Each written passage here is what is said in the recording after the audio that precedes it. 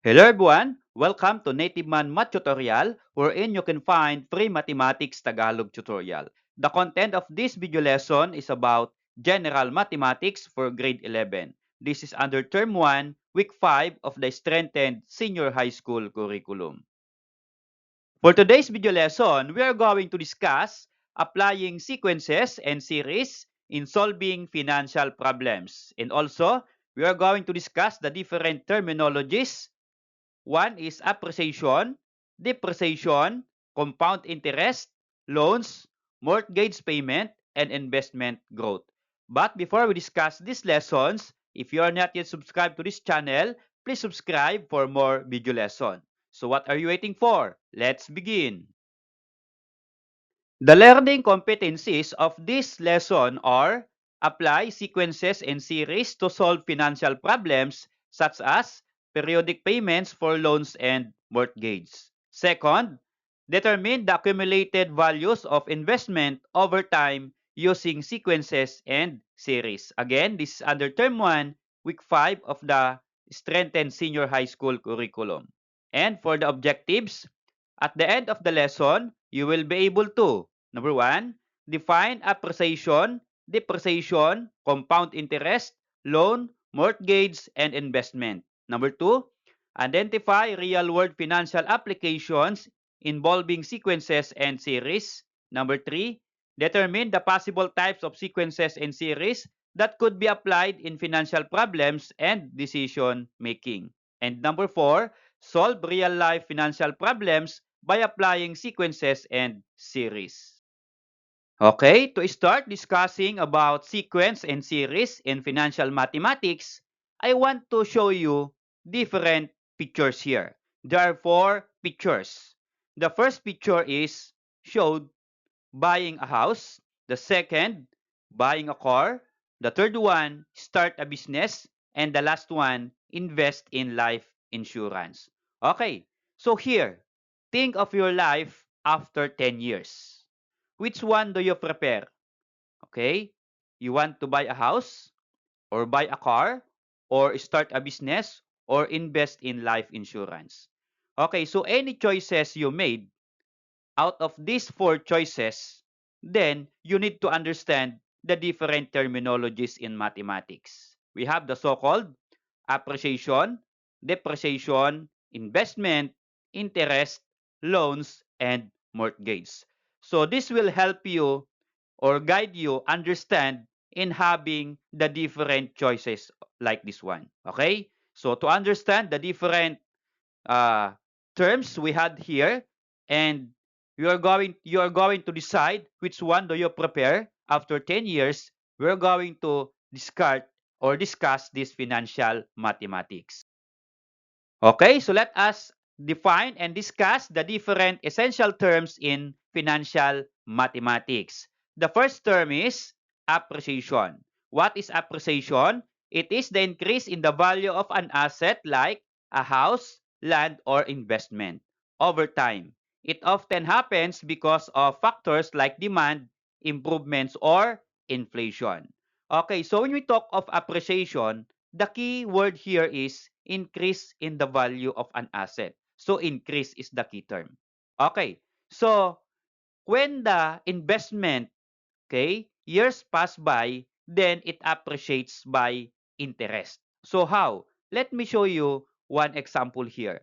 Money bought a piece of land for 50,000 pesos. The value of the land appreciates by 8% every year. Okay, what does it mean with this situation? Let me illustrate using table. Okay? The table, the first column is present value, wherein the amount of the piece of land, which is 50,000. Now, what is its appreciation after 1 year? So the appreciation percentage every year is 8%. So you're going to multiply the amount, 50,000 by 8%. Again, 8% in decimal is 0.08. Now, 50,000 times 0.08, the amount is 4,000. Mean to say, from 50,000, after 1 year, you're going to add the appreciation na 4,000, that will become 54,000. Okay?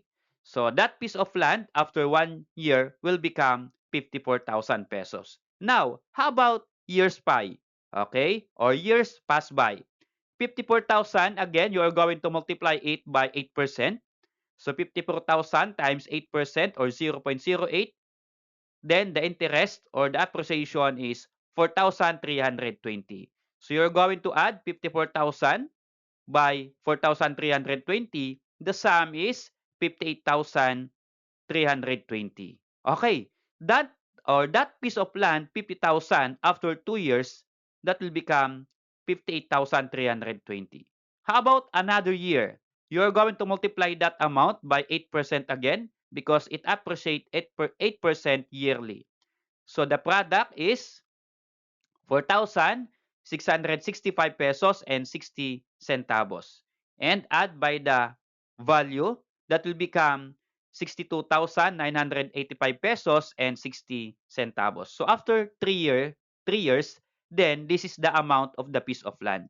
So notice here that a piece of land is appreciate 8% every year. Mean to say, nag-i-increase po yung kanyang value. Okay? That is appreciation. The second term is depreciation. What does it mean with this term? It is the decrease in the value of an asset over time.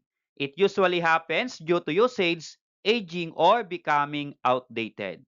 Okay, so the key term for depreciation is decrease in the value of an asset. Mean to say, decrease is the key term. Okay, so here, I'm going to show you one example. Miss Venus bought a car worth 800,000 pesos.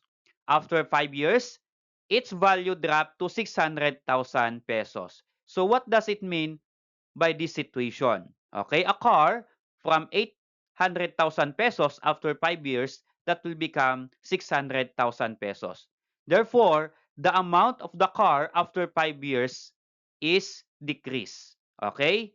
So here, I'm going to show you the situation using table.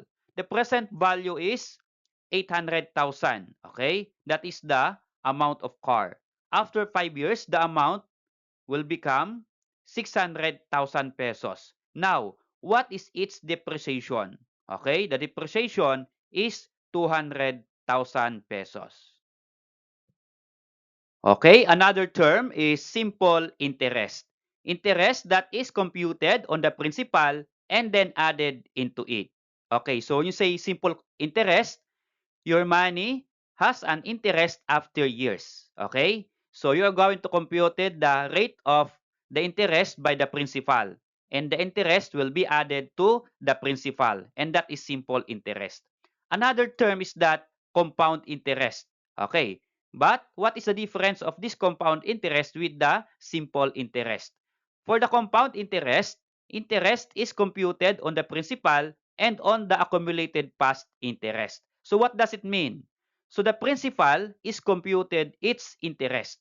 At the same time, the interest of that principal after years is also computed its interest. Mean to say, yung interest ay magi-interest pa. Okay, I will show you some example. Saving at 25,000 pesos with 5% interest compounded annually means you earn interest not just on 25,000 pesos but also on the interest you already earned from that 25,000 pesos. So that is mean by compound interest. Okay, how about the next term, loan? What is loan? Loan is money borrowed from a bank or lender that you must pay back over time, usually with added interest. So loan is the amount of money you're going to borrow. It's either from a bank or on private individual or lender. And if you're going to pay back, usually they add interest. Okay, so let me show you one example. Borrowing 2 million pesos from the bank to buy a car and paying it back with monthly interest. Okay, so here, if you have a loan worth of 2 million pesos, you are going to pay it. Okay? Maybe after you pay for 5 years, 6 years, 4 years, or it depends on your contract. And if you're going to pay it monthly, then they add the interest of that money. Okay? So that is called loan. How about the word mortgage? Mortgage is a type of loan used to buy real estate like a car, house, or land. The property itself is used as a guarantee or collateral until the loan is fully paid. Okay, so mortgage is also a loan, but this time, your loan should have a guarantee or collateral. Okay? So the collateral is wherein this collateral can be a car, house, or land. Okay? So pag hindi mo nabayaran yung mortgage, ay babawiin po nila yung collateral or guarantee. Okay? So magse-set po kayo ng time wherein you pay back that mortgage. Okay, I will show you some example or one example. Anna borrow money from a bank to buy a lot. And if she don't pay, the bank can take the lot. Okay, so this is one example of mortgage. How about this term? Accumulated value or future value of an investment.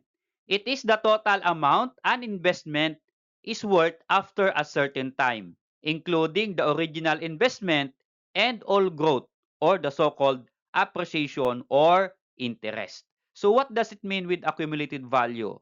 So here, accumulated value is the total of the amount of the investment and all the appreciation or interest after years. Okay, so let me have example here. Mayet invest 150,000 pesos today and it earns 50,000 interest in 5 years. The accumulated value is now 200,000 pesos. So what does it mean with this example? So Mayet invest 150,000 today and after 5 years, the interest or it earned 50,000 pesos. So you are going to add the principal 150,000 plus the interest 50,000, that will become 200,000 pesos. So this 200,000 pesos is so-called the accumulated value. Okay? In applying the different terminologies in financial mathematics and solving problems, remember these different terms here. Number one, if compounded annually, the conversion period is 1 year. So when you say annually, that is 1 year. Another, if compounded quarterly, quarterly means the period is 3 months. Another, if compounded monthly, the conversion period is 1 month. Okay? If semi-final or semi-annually, the conversion period is 6 months. So semi-annually means to say half of a year, and that is 6 months. And frequency of conversion, the number of conversion periods in 1 year. Take note of this. If an account earns 10% annual interest compounded quarterly, the frequency of conversion is 4 times a year. So from the word, I'm going to encircle quarterly, meaning to say you're going to have that 4 times a year. Okay, so the conversion from quarterly is 4 times a year. Okay? Another terms to be remembered, one is rate or the yearly rate of increase of the investment. So if we talk of rate, this is usually yearly rate. Okay? Another one is period rate. What is period rate? The rate of interest for one conversion period. Okay? Example is annually, quarterly, or monthly. So that is called period rate. How about time of term? Time of term is that how long in years the money is borrowed or invested. So if you're going to borrow money or invest money, then you have to sign the time of term that you're going to have in your contract. Okay? Take note of this. Financial problems such as periodic payments for loans and mortgage can be solved using sequences and series. These mathematical tools are essential in determining the accumulated value of investment over time. So this time, we are going to solve financial problems applying sequences and series that we learned in our previous discussion. Now, let us discuss the application of sequence and series in financial problems. In solving that problems, we're going to follow the following steps. So, steps in solving financial problems. Number 1 step, identify what is being asked. Number 2 step, identify the variables. Number 3 step, identify the given values. Number 4 step, identify the series or sequence to be used. Number 5 step, show the solution. And the final step, give the final answer. Okay, so I'm going to present different problems about financial mathematics applying these steps. For number 1 problem, Venus bought a piece of land for 600,000 pesos. The value of the land appreciates by 9% every year. What will be the value of the land after 5 years? Okay, so this problem is all about financial problems. We can solve this one applying geometric or arithmetic sequence or series. Okay, so we're going to follow the steps. The first step is what is asked in the problem. So the problem asks the value of the land after 5 years, or how much is the value of the land after 5 years. Okay, second step, identify the given. So the given in the problem are first 600,000 pesos, this one. And what is this 600,000 pesos? That is the amount of the piece of land. So here, amount of land bought. Okay? Another, we have 9% every year. So what is that 9%? Okay, so appreciation every year. So it says there that appreciates 9% every year. So here, 9% in decimal is 0.09. Okay, so another one or next step is we are going to let the notation of what is being asked in the problem, the number 1 step. It says here that the value of the land after 5 years. So in sequences or notation, let a sub n as the value of the land after n years. Since we are talk of 5 years, then the value in 5 years is a sub 5, or the notation in 5 years is a sub 5. Okay, so we are going to calculate a sub 5 to answer what is asked in the problem. Okay, now what is the next step? Step number 4. So number 4, you're going to identify the formula that you are going to use. So for a sub 1, first we are going to determine a sub 1. So a sub 1 is equal to the amount after 1 year. Okay? Or amount of that piece of land after 1 year. Okay? I will move step number 4 here to clean our screen. So how are we going to calculate for a sub 1 or the first term or the amount after 1 year? So here, why a sub 1 is not 600,000? Notice here that Venus bought a piece of land for 600,000 pesos. So this is the initial, but this is not the first term. The first term is that 600,000 and then you're going to add the 9% interest. Okay? Or the 9% appreciation. So yan pa lang po yung a sub 1 or first term natin. Okay, here, you're going to have 600,000 pesos times 9% or 0.09, that is 54,000 pesos. Okay, so you're going to add 54,000 pesos by the initial amount, which is 600,000. So if you're going to add 600,000 plus 54,000 is 654,000. So this amount now is your first term or a sub 1. Okay, mean to say, nakaisang taon na po siya.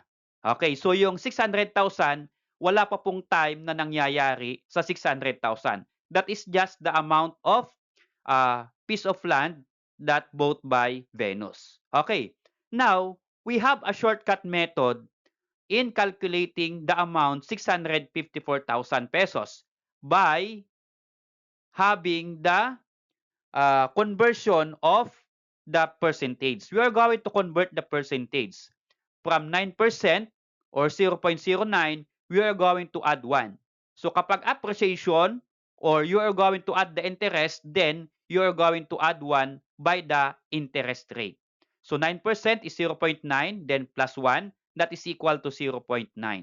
So try to multiply 1.09 in the given 600,000. So try 600,000 is the amount both times 1.09, the conversion or the converted percentage, then 600,000 times 1.09, the product is 654,000. And that is the first term. Okay? So that is called the conversion percentage. Now, we're going to have the formula of the geometric sequence. Why? Why we use geometric sequence as our formula? Because we are going to multiply percentage to get the next term. Okay? After 1 year, we get that value after 1 year by multiplying the percentage. So if you multiply, then the sequence that you're going to use is geometric sequence. Okay? So next here is that you're going to identify the given in order for us to calculate for the what is asked in the problem. So the given are A sub 1 is this one, 654,000 pesos. Then what is the common ratio? So here you multiply the converted ratio 1.09, so that will become your common ratio, not the 9%. Okay? So common ratio is 1.09, and the number of terms, you're going to calculate it after 5 years. So n is equal to 5. Okay, so let's proceed for step number 5, computation. So in computation, we need the given and then the formula that you're going to use. Okay, so we use again the geometric sequence. So here in our formula, just substitute the given here. A sub n is 5. So here, a sub 5 is equal to a sub 1 or first term is this one, 654,000. Okay, times our common ratio, 1.09. So here, 1.09. Then raised to n minus 1. N is 5, so 5 minus 1. Okay, so we're going to simplify this one. Using your calculator, ito lang po yung i-press ninyo. Okay? Here, before you press, we need to simplify first this one. 5 minus 1, that is equal to 4. And then, press in your calculator, 1.09, then raised to 4. Then you press equal sign. After that, you press times and then 654,000 and then press equal sign. So the amount here, A sub 5 is equal to 923,174 pesos and 37 centavos. Okay, so that is how to calculate the uh, step here or the value here. So for step 6, or final step, the value of the land after 5 years is 923,174 pesos and 37 centavos. Number 2 problem. Alab Company's annual profit at the end of 2025 was 210,000 pesos. The profit is expected to increase by 4% each year. Calculate the company's expected annual profit by the end of 2030 and the accumulated profit from 2025 to 2030. Okay, so how are we going to solve this problem? Okay, first step, identify what is being asked. First is that company's profit after 6 years. So here, the question here is calculate the company's expected annual profit by the end of 2030. So by the end of 2030, from 2025, that is 6 years. Okay? So the first question that we are going to solve is company's profit after 6 years. Then, step 2, identify the given, 210,000 pesos. That is the annual profit. And here, 4% increase. So the percentage is 4% in decimal, 0.04. And this is the appreciation or percentage every year. Now, we are going to convert that percentage. Okay, we have this conversion. Since appreciation, then you are going to add 1. Okay, If depreciation, you subtract. If appreciation, you add 1. So 1 plus the percentage 0.04, that will become 1.04. Okay. Then step number 3, you're going to let annotation for what is being asked. So company's profit after 6 years. So let A sub n a profit after n years. Since how many years? 6 years, then the amount in 6 years is A sub 6. So this is the notation that we are going to use in our calculation. Okay? For step number 4, okay, let A sub 1 or the first term as 210,000. So pwede bang gawin na yung 200,000 is the first term? Yes, 210,000 is the first term because it says here that it is the profit at the end of 2025. So, ibig sabihin, nakaisang taon na po siya. Okay? In 1 year. So, that means we set this one as the first term or A sub 1.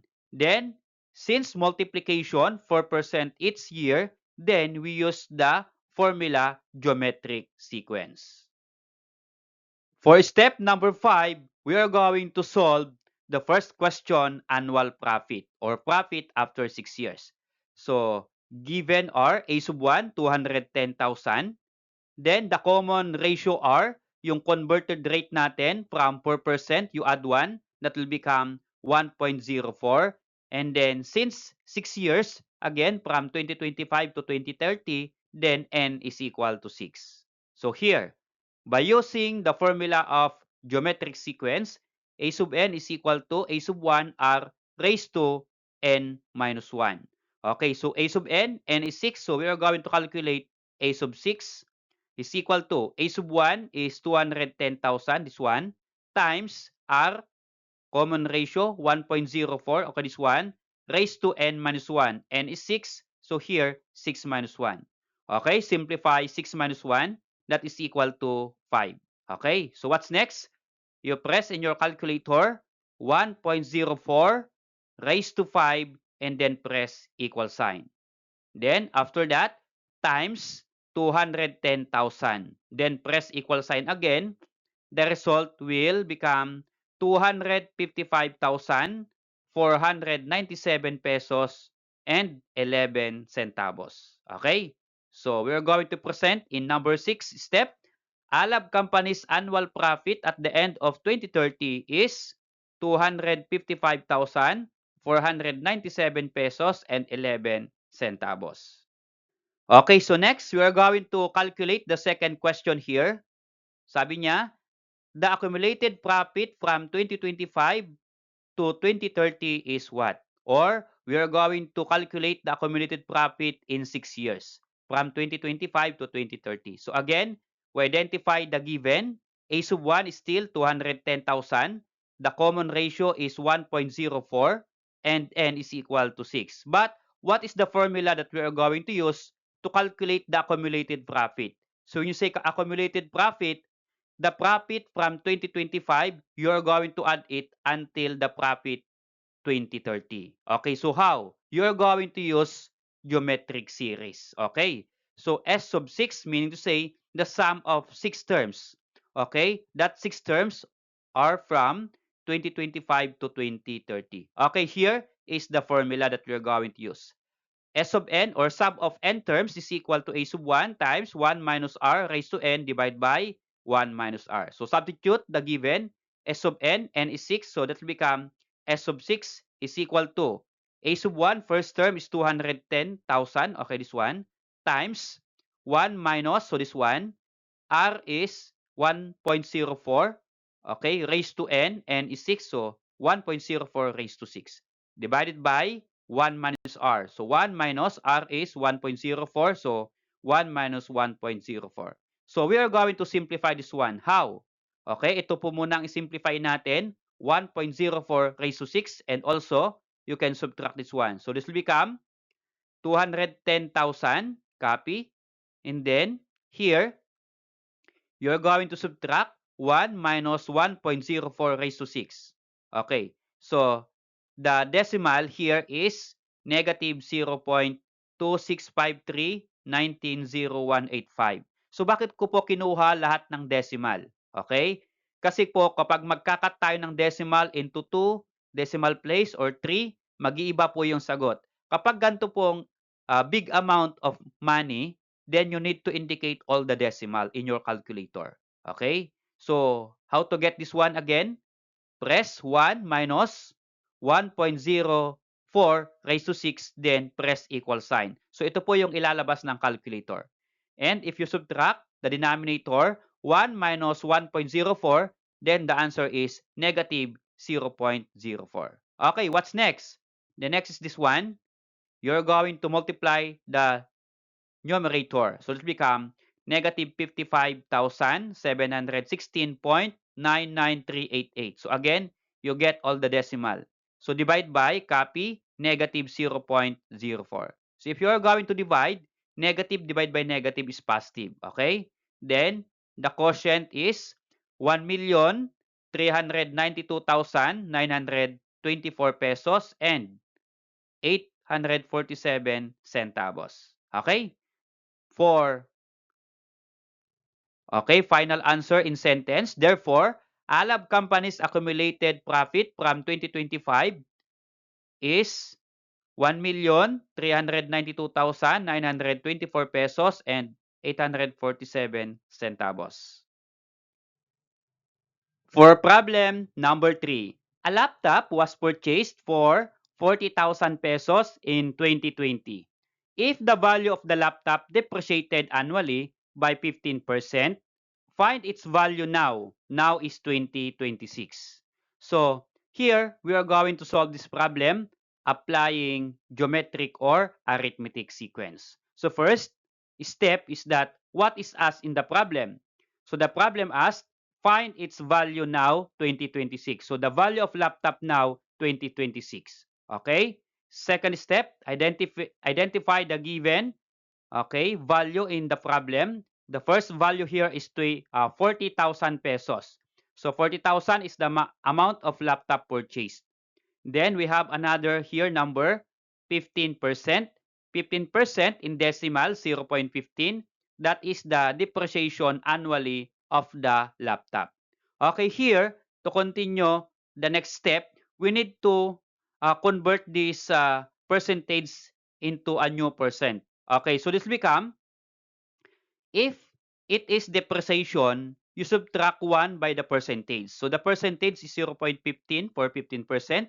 So 1 minus 0.15. So always 1. So again, if depreciation, 1 minus the percentage. If appreciation or interest, you are going to add. Okay? So that is the difference between appreciation and depreciation. So depreciation again, 1 minus percentage, 0.15. Then that is equal to 0.85. So the converted rate is 0.85. Okay, next step is step number 3. You're going to have the notation of what is asked in the problem. So the problem asked the value of laptop now 2026. So for A sub n, the value of laptop now 2026. So how many years from 2020 to 2026? There are 6 years. So the value after 6 years is A sub 6. So this notation, we are going to solve this A sub 6 to answer what is being asked in the problem. Okay, so next, we are going to identify what is A sub 1. Okay, that is the next step number 4, A sub 1. And the common ratio and then the number of terms. And then we are going to choose what formula that we are going to use. Okay, so how to calculate A sub 1? Okay, I will move step number 4 here. For A sub 1, that is not 40,000. So 40,000 is the initial or the purchase amount of the laptop. So that is not the A sub 1. So we are going to multiply 40,000 by the converted rate, which is 0.85. So 40,000 times 0.85, the amount will become 34,000. Okay, so here, 8% or 15% rather of 40,000 is 6,000. So you're going to subtract 6,000 for 40,000, that is 34,000. That is depreciated 15%. Ibig sabihin, bababa po yung kanyang value kaya magiging 34,000 na lang po siya after 1 year. Okay, we need this value 34,000 because this is now our A sub 1. So for step 5, A sub 1 is equal to 34,000. Okay, not the 40,000. And the common ratio here, okay, ano po yung minultiply natin? 0.85. Okay, the common ratio is 0.85. How about the number of years? What is n? Again, from 2020 to 2026, there are 6 years, so n is equal to 6. Okay, so using the geometric series or geometric sequence rather, why geometric sequence? Because to get the next term, we're going to multiply it by 0.85. Okay, so that's why this is geometric sequence. So calculate or solve by using this formula. So a sub n is 6, so we have a sub 6 is equal to, we have here, a sub 1 is 34,000, okay, times r is 0.85, raised to n minus 1, n is 6, so raised to 6 minus 1. Okay, you are going to simplify first this one, so this will become 6 minus 1 is equal to 5. Okay, what's next? Again, you are going to press in your calculator 0.85 raised to 5, then equal sign. Then yung sagot, you multiply it by 34,000. Then the result is this one. This will become 15,085 pesos and 98 centavos. Okay? So here, for step number 6, the value of laptop now, 2026, is 15,085 pesos and 98 centavo. Okay? For problem number 4, an amount of 5,000 pesos is placed in an account at 5% interest compounded quarterly for 5 years. How much is in the account at the end of 5 years? Okay, so another application or problem of financial mathematics. So first step that we're going to do here is step number 1. What is asked in the problem? The problem asks here, how much is in the account at the end of 5 years? So for step 1, the amount in the account after 5 years. Step number 2, what are the given? So the given are, first here, 5,000. What is this 5,000 pesos? Initial amount in an account. Okay? And another one, we have 5% here. 5% or in decimal, 0.05. That is the interest compounded quarterly. Okay, this one. Interest compounded quarterly. Okay? So here, we are going to convert this percentage. Okay? So how we convert? Since it is quarterly, then we are going to divide 0.5 by 4. So quarterly means 4. Okay? So 0.05 divided by 4, that is equal to 0.0125. Okay. So here, from this quotient, we are going to add 1. Why? Because that is interest. So if interest or appreciation, then you add 1. Okay? So 1 plus this one, 0.0125 is equal to 1.0125. This is now our new percentage. Okay?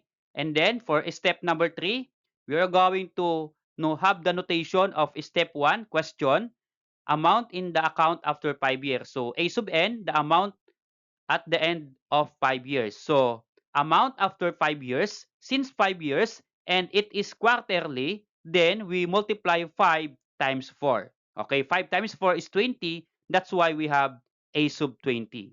So we are going to calculate A sub 20 to answer the question, amount in the account after 5 years. Okay? Next step is step number 4, identify the given using the formula. Okay, so here, we need A sub 1. What is the amount of A sub 1? Is A sub 1 5,000 pesos? Okay, so let's see. Okay, I'm going to move step number 4 here for A sub 1. So what is A sub 1 or first term in our problem? Do we put 5,000 pesos as the first term? Okay, no, because 5,000 pesos is an initial amount. So for the first term, it should have, or the amount should after 1 year. Okay, this amount is initial, not amount after 1 year. So this is not A sub 1. So how are we going to solve for the A sub 1? Okay, we are going to multiply 5,000 by the converted rate. The converted rate that we have here is 1.0125. Okay? So this is the new rate. Then the amount will become 5,062 pesos and 50 centavos. So this amount is the amount of 5,000 and the interest after 1 year. Okay? So here, we are going to set in our step number 5, A sub 1 or the first term is 5,000 pesos and 5,062 pesos and 50 centavos here. The common ratio is, okay, 1.0125, and our n, we said a while ago that n is equal to 20. Okay, so here we use again geometric series. Why? Because we are doing multiplication. So if multiplication, that is geometric sequence. So a sub n is equal to what? A sub 1 r raised to n minus 1. So a sub n is 20. So it will become a sub 20 is equal to, substitute the given, a sub 1 is 5,062 pesos and 50 centavos. Okay, this one. And then times r is 1.0125. Okay, this one raised to n minus 1. So n is 20, so 20 minus 1. And then, next step, you're going to simplify 20 minus 1, subtract, that is equal to 19. And then again, in your calculator, ito po yung i-press ninyo para po diretso. 1.0125 raised to 19, and then press equal sign. The result, you're going to multiply it by 5,062.50 and press equal sign. So the amount here is 6,410.19. Okay, so that is the amount of the account in 5 years. So to answer step number 6, the amount in the account after 5 years is 6,410 pesos and 19 centavos.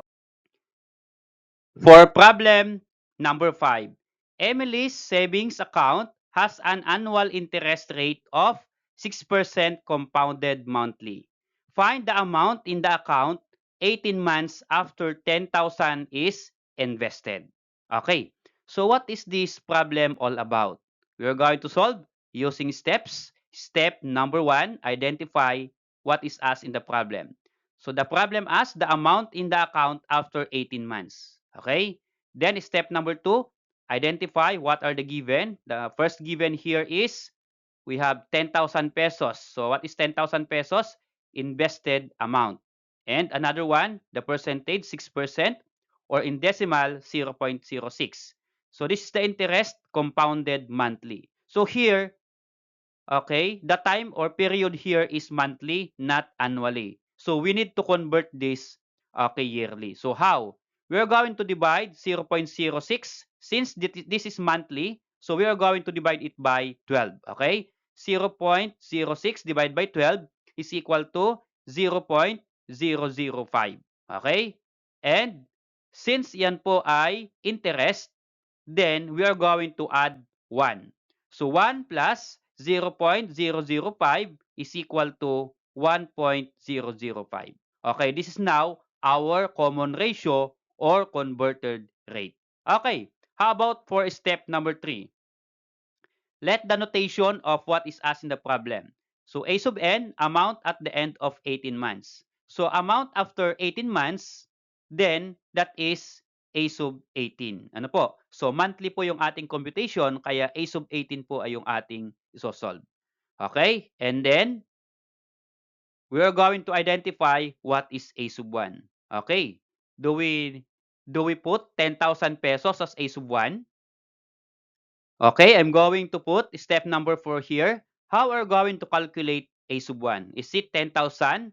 Okay, no.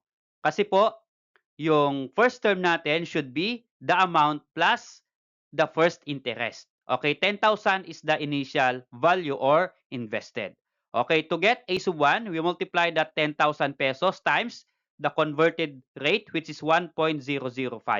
Okay, that is equal to 10,050 pesos. Okay, so this is the amount of our A sub 1. Okay, for step 5, given A sub 1 is 10,050. And then for the common ratio, the converted rate 1.005, and then n is 18, okay, or 18 months. So using the geometric sequence again, substitute the given. Since a sub n is 18, so this will become a sub 18 is equal to a sub 1 is first term. Okay, first term is 10,050, this one, times r. R is the common ratio, 1.005, and raised to n minus 1. N is 18, so 18 minus 1. Okay, subtract the exponent. 18 minus 1 is 17. Okay, so next, we are going to use your calculator again. Press in your calculator 1.005 raised to 17, and then press equal sign.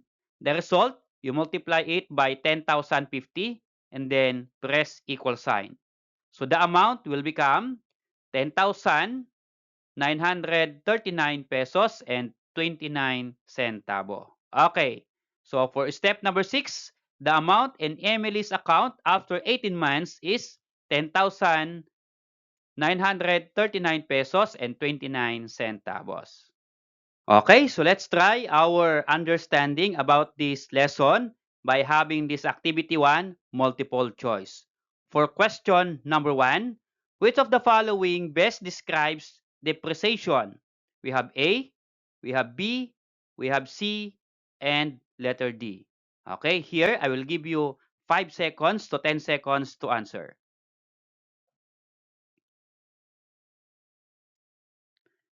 Okay, the correct answer for number 1 is letter A. What is this letter A? A decrease in asset value over time. So again, the keyword for depreciation is decrease. Okay? How about this number 2? Which of the following best describes appreciation? We have letter A, B, C, and D. So this time, the question asks about appreciation. Okay? I will give you 5 to 10 seconds to answer.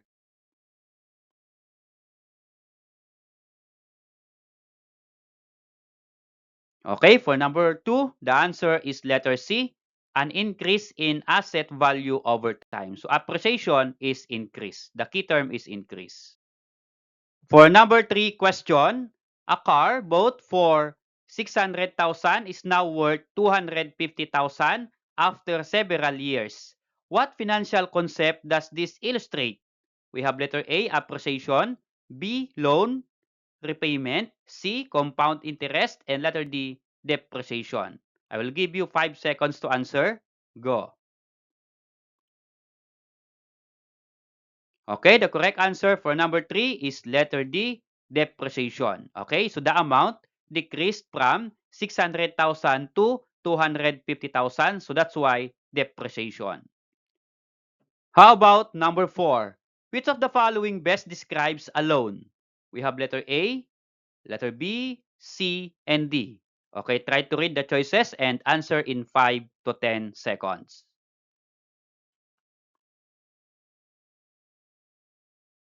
Okay, time's up. The answer for number 4 is letter C, money borrowed and paid back with interest. So that is about loan. How about number 5? What makes a mortgage different from a regular loan? We have letter A, B, C, and D. So try to read and then I will give you 5 to 10 seconds to answer.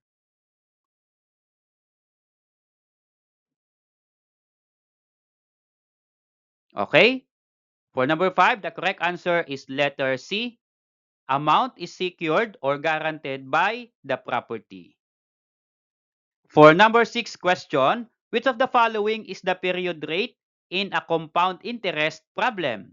We have letter A, B, C, and D. Again, I will give you 5 to 10 seconds to answer.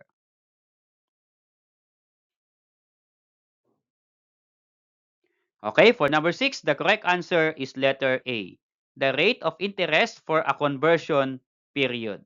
Okay, that is compound interest problem. Okay, for activity number 2, practice problems. So I'm going to present problems here. For number 1 problem, this one, you're going to perform step 1 to step number 6. Okay? So you try to do it in your scratch paper. So try to pause this video and try to solve. Okay, for number 2 problem, okay, we have this one. Again, try to solve and let me know your answer in step number 6. Okay, another problem, problem number 3. Okay, try to pause again. Then read, analyze, and solve using the different steps. Okay? And for the last problem, okay, problem number 4. Okay, we have 1 to 4 problems. Please, if you have answer for problem 1, 2, 3, 4, please share with us by just typing your answer in the comment section. Okay? So, I hope so that you learned something from this video lesson. Thank you very much, guys. So, see you on my next discussion about quantities of different magnitudes.